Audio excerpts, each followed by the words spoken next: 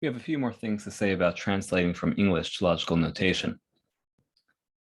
For example, consider Goldbach's conjecture that we saw a few videos ago that says every even integer greater than 2 is the sum of two primes. We'd like to translate this into logical notation.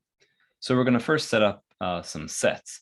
So let P be the set of primes and let S be the set of even integers greater than 2. So S is equal to the set 4, 6, 8, 10, and so on to infinity. Okay, so now that we have these two parts, two building blocks, we can express Goldbach's conjecture in logical notation. So we're going to show two ways of doing it. Okay, so now Goldbach's conjecture can now be translated as follows.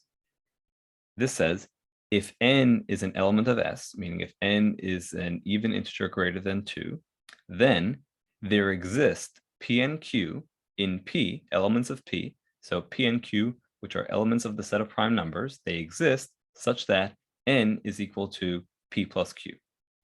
So what is this saying? This is saying any n that's part of S has this property that n is equal to P plus Q, where there exist P and Q such that n is equal to P plus Q. Here's another way to translate it. This way says for all n in S, there exists P and Q in P such that n equals P plus Q. Notice these two things are saying the same thing. This one is just saying, they're just saying it in slightly different ways, right? The first one is saying if n is an element of S, then there exists and so forth. Here, this is saying for all n in S, there exists and so forth. It's the same idea, saying the same thing, but just a slightly different way of wording it. So something we take away from here is the following note. The following two expressions have the same meaning.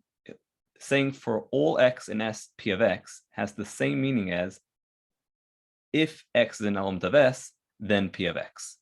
Okay, so those two things have the same meaning, and we saw an example of that here in our two translations of Goldbach's conjecture. Something to keep in mind when translating, really a very important thing to keep in mind, is that when translating a statement, be attentive to its intended meaning. Meaning, don't just blindly translate word for word. Keep in mind the intended meaning. So here's an example showing that. So consider this English sentence. At least one of x and y is even. So how would you translate this into logical notation? In other words, would you use and, or would you use or something else?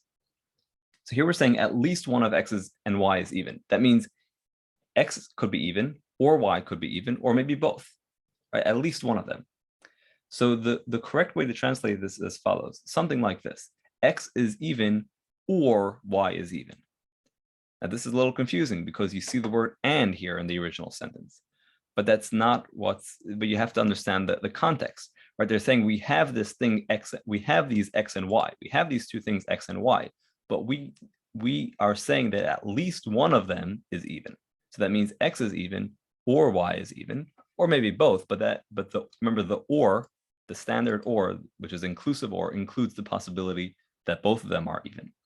So this is the way to translate it, using or, even though the original sentence had the word and.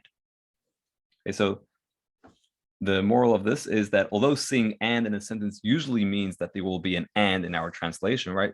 The word and, the English word and, usually translates directly to the logical and.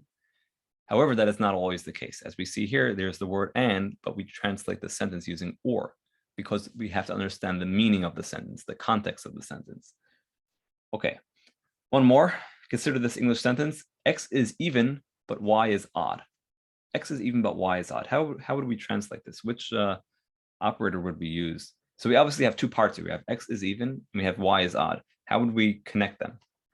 So we have this English word but. So this translates to something like x is even and y is odd. So the word but in English basically is saying this thing A is true and thing B is true. It also in English, the word but adds a little nuance that the second thing is a little unexpected, perhaps, right? That the first thing is expected, the second thing is a little unexpected, perhaps. But that doesn't have any logical meaning. In terms of logic, all that's going on here is that thing A is true and thing B is true. At least that's what the sentence is claiming, that X is even and Y is odd. Okay, so this is the point here is that the word but can usually be translated as and.